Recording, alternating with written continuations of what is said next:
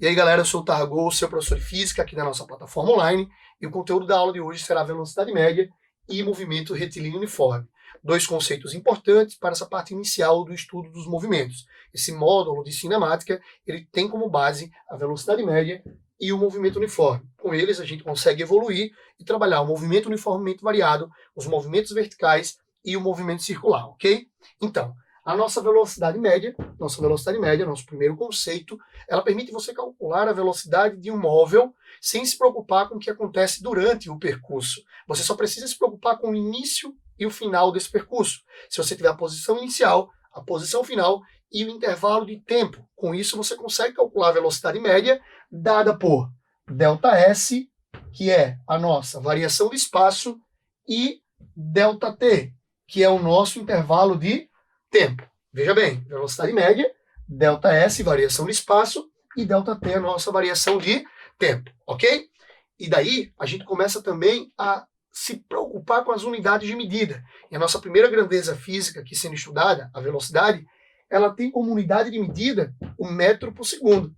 Mas, em muitas questões, ela também vem em quilômetros por hora. E você precisa fazer essa conversão de metros por segundo, quilômetros por hora ou vice-versa. E aí existe uma regra que diz que se a velocidade média, que é o ΔS sobre o ΔT, está em quilômetros por hora, para você passar de quilômetros por hora para metros por segundo, você precisa dividir por 3,6. Sempre. Toda vez que a velocidade estiver em quilômetros por hora e você quiser transformar para metros por segundo, você precisa dividir por 3,6. Então, se você tiver, por exemplo, um carro a 72 km por hora, dividindo 72 por 3,6, vai dar 20 metros por segundo. E você precisa trabalhar com 1 metro por segundo, já que o metro por segundo é a nossa grandeza padrão, é a nossa unidade padrão de velocidade média, ok? Então, outro conceito extremamente importante é o conceito de movimento retilíneo uniforme. Você precisa analisar o movimento dessa partícula para saber diferenciar se o movimento dela é uniforme ou não. E para isso você precisa prestar bem atenção nas distâncias percorridas durante todo o movimento. Se essas distâncias percorridas forem iguais, o movimento dessa partícula é considerado retilíneo e uniforme, porque ela percorre distâncias iguais em intervalos de tempos iguais. Então, a posição inicial dessa partícula, 0, origem, 0 metros, origem, e ela está progredindo de 10 em 10 metros em certo intervalo de tempo. E com isso, com essa análise, você consegue construir uma função horária da posição. A palavra horária vai fazer você relacionar posição com tempo.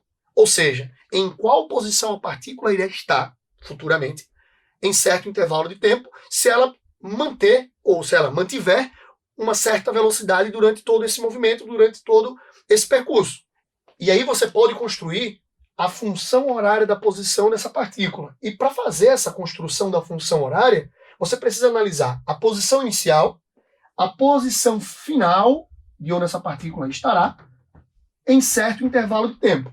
Para isso, a gente adota o S como posição final da partícula, o S inicial, que é a posição do início de onde a partícula partiu, mais a velocidade dessa partícula, que ela tem como característica ser sempre uma velocidade constante, que prova aquilo que eu disse, que a partícula percorre distâncias iguais, em intervalos de tempos iguais, multiplicado pelo tempo. Então temos uma função da posição final da partícula ao passar do tempo. Vamos supor que a velocidade dessa partícula não seja positiva. E aí o aluno, você aluno, precisa se preocupar com este sinal. A gente bota o sinal de mais por convenção, mas você aluno precisa fazer a seguinte análise. Presta bem atenção. Você vai ter um movimento progressivo, e aí essa velocidade aqui, ela tem o sinal positivo, e teremos um movimento retrógrado,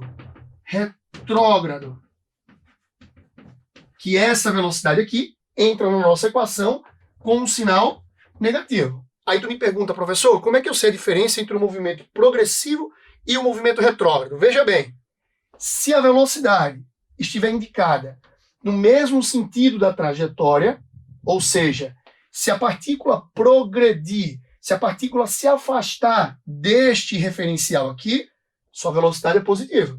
Agora imagine que a partícula esteja voltando. Se ela estiver saindo, por exemplo, aqui do 50 e estiver voltando, se aproximando do zero, o movimento é considerado retrógrado e a velocidade assume um valor negativo. Então a gente pode agora, com essa função, construir os gráficos para analisar o movimento uniforme de uma partícula, ok? Vamos nessa. E aí, galera, então, vamos fazer a análise dos gráficos do movimento retilíneo uniforme. Presta bem atenção. Temos 3 tipos de gráficos. O do movimento uniforme para a posição em relação ao tempo, da velocidade em relação ao tempo e da aceleração em relação ao tempo. Como característica desse movimento, é um movimento sem aceleração. Então, já estou dando a primeira dica de como vai ficar esse gráfico aqui. É um movimento sem aceleração. É um movimento com a velocidade constante. Mas lembra que eu disse que o movimento pode ser progressivo ou retrógrado? E aí a gente vai analisar essa ideia aqui dentro. Se você tiver um gráfico que cresce, aí tu diz, poxa, professor, é uma reta crescente. Claro, lembra da função que estava escrita? S igual a SO mais VT? Isso é uma função no primeiro grau. Logo, o gráfico é uma reta. E se essa reta for crescente, significa que o movimento é progressivo. Se o movimento é progressivo, ele tem como velocidade positiva, o sinal da velocidade positivo. Mas também você pode ter um gráfico decrescente. Nesse caso, o movimento seria retrógrado. Continua sendo uma reta, porque a função posição é uma função do primeiro grau, porém o sinal da velocidade é um sinal negativo. Veja bem, velocidade positiva para o movimento progressivo, velocidade negativa para o movimento retrógrado, certo? Agora, se você fizer análise da inclinação desse gráfico, se você conseguir calcular a inclinação desse gráfico, você automaticamente está calculando a velocidade dessa partícula. Aí tu me pergunta, professor, como é que eu calculo a inclinação de uma reta?